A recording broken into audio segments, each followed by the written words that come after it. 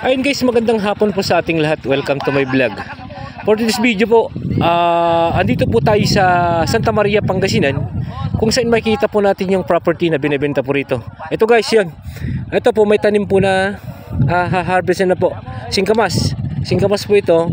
And then kasali po yan. Yung mahogany farm na yan. Mga nasa 200 or 250 na puno ng mahogany ready to harvest mula po dito sa may dulo po ng maisa na yan. Yan guys, hanggang doon po sa may mga talahib na yan, and then hanggang doon po sa may maisan po na yan, hanggang doon. Ayan, pag ganyan po siya, kasama po yan. Bali ito po yung frontage. Soon to be po, masesemento po ito. Kasi andun po yung dulo ng semento. Andyan po yung dulo ng semento. Guys, ito po, nabili po ng subdivided lot. Ito po. Ayan po, may mga tawag na ito. May mga sukat-sukat po yan. May nakabili na po siguro dito.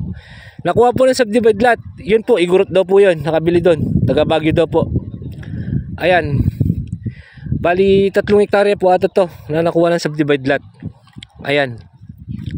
Dito po sa Santa Maria, Pangasinan.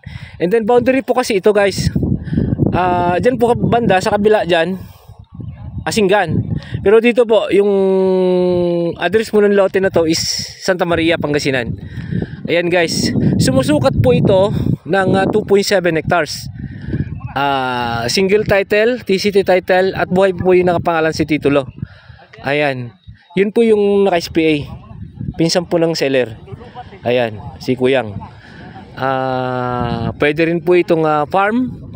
Kasi po, marami pong tanim dito. Mga gulay, ito po, talong po ito. Mais, singkamas, yan, mais. And then ito po, mahogany. Yan, mahogany po yan. Kasama po sa property yan. Bali, kudrado po siya. Kudrado po ang lote. Kaya napakaganda. Accessible din po. Soon to be, masisemento po itong kalsada. Ayan, ulitin ko po. 27,332 square meter, 2.7 hectares. Titulado po dito po sa Santa Maria, Pangasinan. Ayan. No extrajudicial kasi buhay po yung nakapangalan sa titulo.